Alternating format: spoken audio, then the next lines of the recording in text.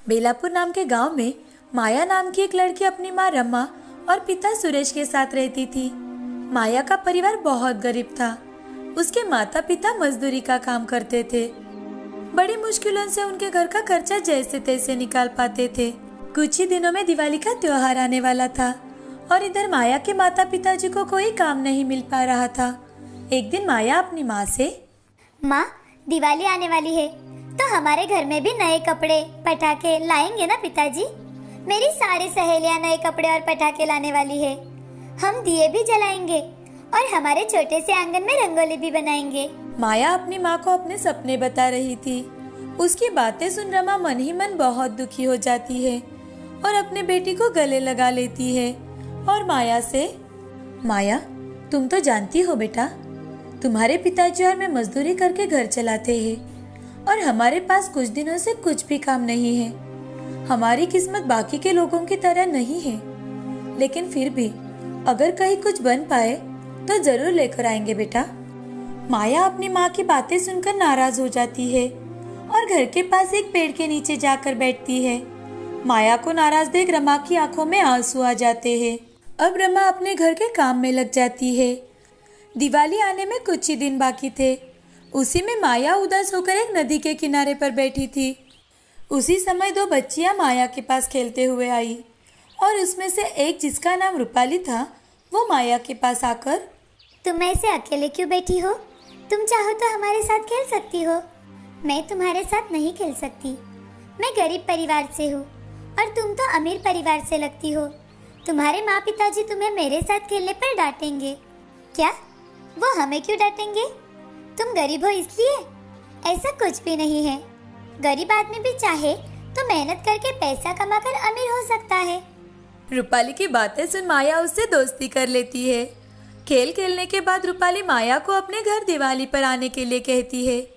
यह बात सुनकर माया बहुत खुश हो जाती है और घर पहुंचते ही माया माँ को रूपाली के बारे में बताती है। माँ, मुझे रूपाली ने अपने घर दिवाली के लिए बुलाया है, तो मैं जा सकती हूँ ना? बेटा, हम गरीब लोग हैं। रूपाली के माँ पिताजी को तुम्हारा वहाँ जाना बिल्कुल पसंद नहीं आएगा।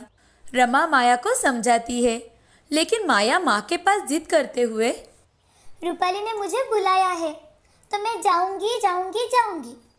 माया के जिद के कारण रमा उससे, ठीक है चले जाना। दिवाली के दिन माया अपनी पुरानी अच्छे से धोई हुई ड्रेस पहनकर रूपाली के घर पहुंचती है। रूपाली भी माया को देखकर बहुत खुश हो जाती है। तभी रूपाली अपनी माँ से, माँ सुनो ना, माँ ये मेरी सहेली माया है। रूपाली की माँ सुशीला और पिताजी ओम माया को देखकर जरा भी खुश नहीं थे। माया की गरीबी उसके कपड़ों में से झलक रही थी और रूपाली किसी भी गरीब घर के बच्चे से दोस्ती करे ये उन्हें बिल्कुल पसंद नहीं था। रूपाली के पिताजी रूपाली को एक साइड में लेकर जाते हैं और उससे, रूपाली, तुम्हें कितनी बार बताया है कि गरीब लोगों से दोस्ती मत करो। तुम इन गरीब लोगों को नहीं जानती बेटी। पहले अमीर लोगों से दोस्ती करते हैं और उसके बाद में उनके घर चोरी करते हैं। रूपाली और रूपाली के पिताजी की बातें बाहर खड़ी माया ने सुन ली। उसे बहुत बुरा लगा। उसे अपनी माँ की बातें याद आने लगी और वो रोते हुए वहाँ से बाहर निकल जाती है। दूर खड़ी रहकर आसमान में फूटते पटाखे देखने लगती है। इधर रूपाली भी ओम के सामने कुछ नहीं बोल पाती और बाहर आकर पटाखे फोड़ने लगती है। माया दूर खड़ी रहकर रूपाली को देख रही थी और तभी बाहर से एक रॉकेट आकर रूपाली के पीछे गिर जाता है। रूपाली उसके पास ही खड़ी थी। माया ने दौड़कर जाकर रूपाली को वहां से हटाया। रूपाली को वहां से हटाते ही जोर जोर से पटाखे फूटने की आवाज हुई। आवाज सुनकर सभी बाहर आ जाते हैं। पटाखे फूटने से माया के पैरों में और हाथों में चोट आई थी। ये देख रूपाली माया से कुछ बोलती, तभी रूपाली के पिता रूपाली से, रूपाली मेरी बच्ची, तुम्हें कुछ हुआ तो नहीं ना? पिताजी, आज अगर माया ना होती तो मुझे जरूर कुछ न कुछ होता। उसी ने मेरी जान बचाई है। रूपाली के पिताजी माया की ओर देखते हैं और माया से, माया, मैंने तुम्हें इतना भला बुरा कहा, फिर भी तुमने रूपाली की जान बचाई है। रूपाली मेरी दोस्त है, उसे बचाना मेरा फर्ज है मालिक। तभी ओम की नजर माया के जख्मों पर जाती है। मालिक नहीं बेटी, चाचा जी। तुम्हें कितनी चोट आई है बेटी? चलो अंदर चलो, मैं अभी डॉक्टर को बुलाता हूँ। बेटी माया, मुझे माफ कर दो, मैंने तुम्हें गलत समझा। ओम को अपनी सोच और गलती का पछतावा होता है। अब रूपाली के माँ पिताजी मिलकर माया को बहुत सारी मिठाइयाँ और नए कपड़े दिलवाते हैं। माया उसे देखकर बहुत खुश हो जाती है और घर चली जाती है। घर जाकर देखती है तो उसकी माँ उदास बैठी कुछ सोच रही थी। तभी माया अपनी माँ के पास जाकर, माँ, पिताजी, देखो तो ओम चाचा जी ने हमें कितनी सारी मिठाइयाँ और नए कपड़े दिलवाए हैं। माया की माँ माया को खुश देखकर बहुत खुश हो जाती है, लेकिन माया के हाथ और पैरों में लगी पट्टी देखकर परेशान होकर उससे पूछती है, अरे बेटी, ये क्या हो गया तुम्हें? माया सारी घटी घटनाएं माँ को बताती है कि कैसे रूपाली को बचाते बचाते उसे चोट लग गई। उसी वक्त रूपाली अपने माता पिताजी को लेकर माया के घर पहुंच जाती है। उन्हें उसके घर आते देख माया की माँ और पिताजी, मालिक, आप हमारे घर? सुरेश, तुम्हारी बेटी बहुत बहादुर है और ईमानदार भी। उसने आज मेरी बेटी रूपाली की जान बचाई है। सुरेश, मैं चाहता हूँ आज तुम सब हमारे साथ दिवाली मनाओ।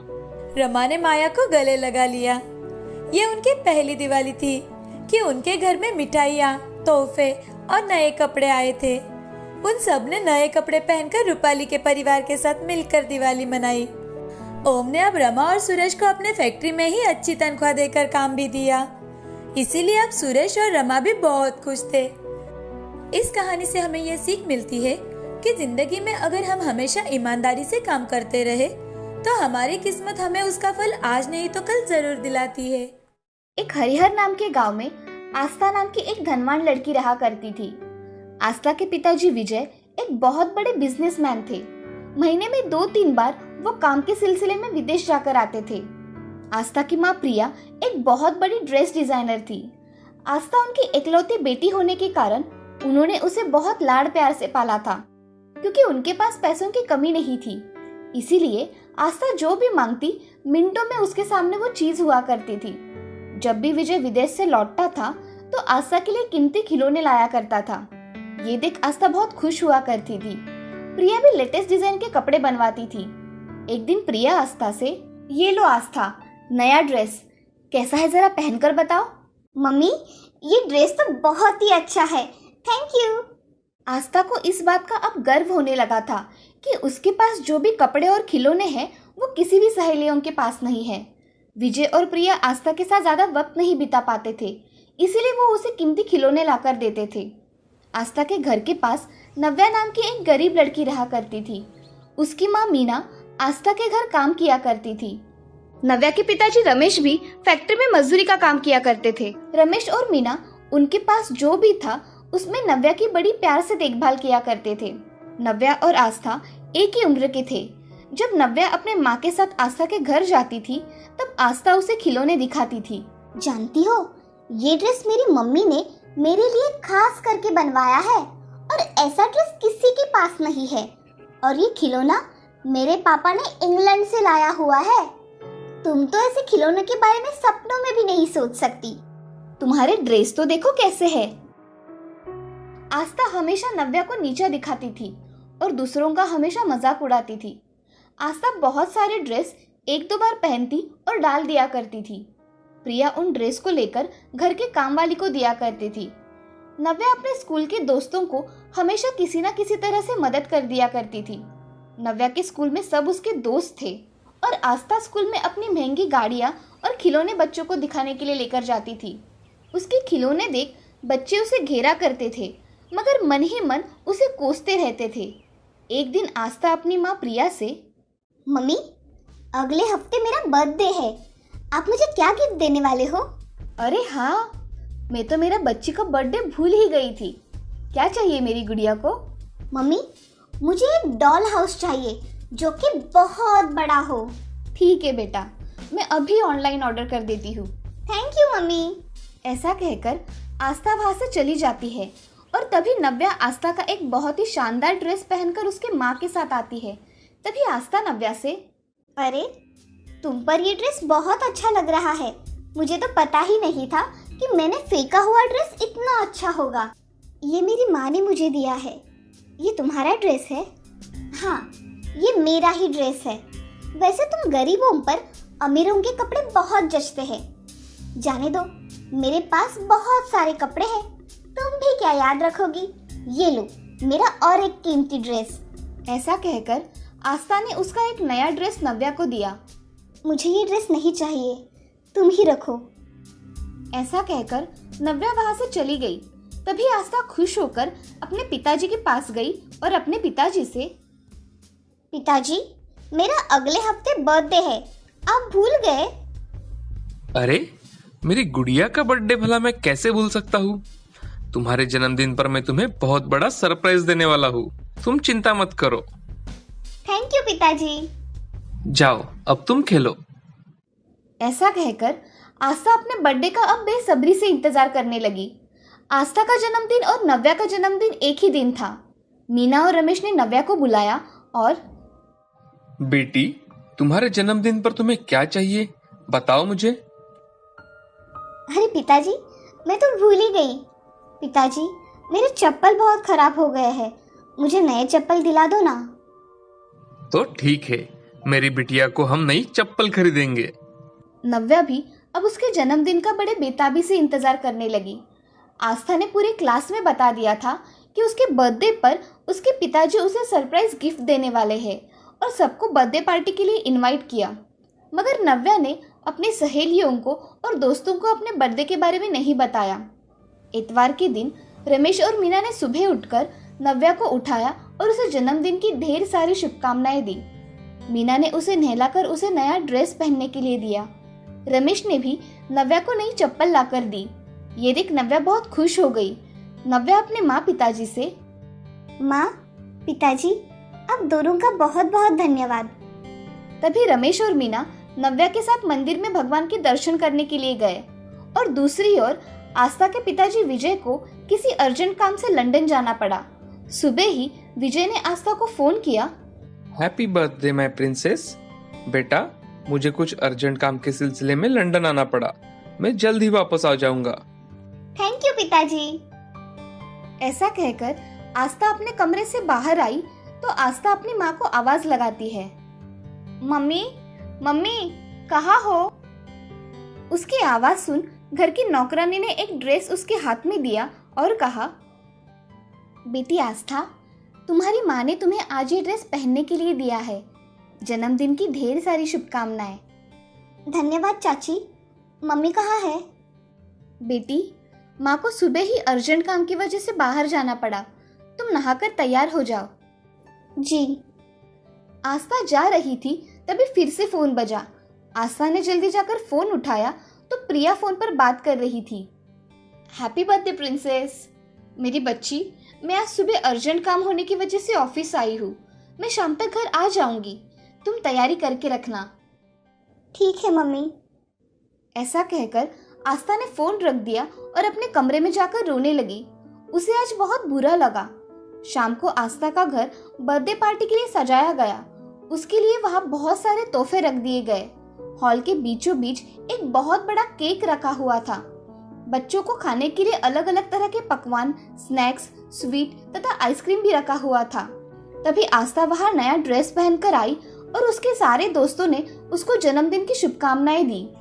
थोड़ी देर बाद आस्था अपने माँ का इंतजार करने लगी, मगर प्रिया जल्दी नहीं आई। आस्था के सारे दोस्त वेट करके थक गए। तभी एक दोस्त आस्था से, आस्था, तुम्हारी मम्मी को आने में बहुत देर हो जाएगी, हमें अभी हमारे घर जाना चाहिए, बाय। ठीक है, बाय। ऐसा कहकर सारे दोस्त वहां से चले जाते हैं। तभी प्रिया का आस्था को फोन आता है, बेटा, मुझे आने में थोड़ी और देर हो जाएगी, तुम तुम्हारे दोस्तों के साथ अपना जन्मदिन मना लेना, ठीक है? सॉरी बेटा। आस्था गुस्से से फोन काट देती है और अपने कमरे में जाकर रोने लगती है। इधर नव्या के घर उसके दोस्त नव्या का जन्मदिन याद रखते हुए उसके लिए छोटे छोटे तोहफे लेकर उसके पास गए। तभी मीना ने सभी बच्चों के लिए बिरयानी और खीर बनाई थी। मीना ने खुद के हाथों से नव्या के लिए केक बनाया था। थोड़ी देर बाद नव्या और मीना आस्था के घर बर्थडे की बधाई देने के लिए गए। वहां पर जाते ही आस्था कहीं नहीं दिखी तो नव्या उसके कमरे में चली गई तो आस्था वहां रो रही थी। ये देख नव्या, क्या हुआ आस्था, तुम ऐसे रो क्यों रही हो? तब आस्था ने नव्या को जो कुछ हुआ वो सब बताया। वो सुन नव्या आस्था से, आस्था, मेरा भी जन्मदिन आज ही है, इसलिए मैं तुम्हें चॉकलेट देने आई थी। मेरे दोस्त मेरे घर पे इंतजार कर रहे हैं। अगर तुम मेरे साथ आई तो हम दोनों मिलकर एक साथ केक कट कर लेंगे। चलो मेरे साथ मेरे घर चलो। नव्या, मैंने तुम्हें बहुत भला बुरा कहा, मगर तुम हमेशा मेरे साथ अच्छा व्यवहार करती हो। मैंने हमेशा तुम्हारी गरीबी का मजाक उड़ाया, मगर तुमने मुझे एक शब्द भी नहीं कहा। तुम आज सबसे खुशनसीब लड़की हो जिसके पास उसके बर्थडे के दिन उसके माँ पिताजी है। आस्था रोने लगी। तभी मीना आस्था से, आस्था बिटिया उठो, चलो बर्थडे के दिन ऐसे रोते नहीं है बेटा। चलो हमारे घर, हम सब मिलकर तुम्हारा बर्थडे अच्छी तरह से मनाएंगे। अब नव्या के घर में आस्था और नव्या ने अपने अपने बर्थडे का केक काटा और उन्होंने अपना जन्मदिन खुशी खुशी मनाया। उस दिन से नव्या और आस्था पक्की सहेलियां बन गई और आस्था के स्वभाव में हुआ बदलाव देख नव्या भी बहुत खुश थी। इस कहानी से हमें ये सीख मिलती है कि कभी भी किसी के साथ ऊंच नीच भेदभाव नहीं करना चाहिए और अपने लोगों के साथ खुशी खुशी रहना चाहिए।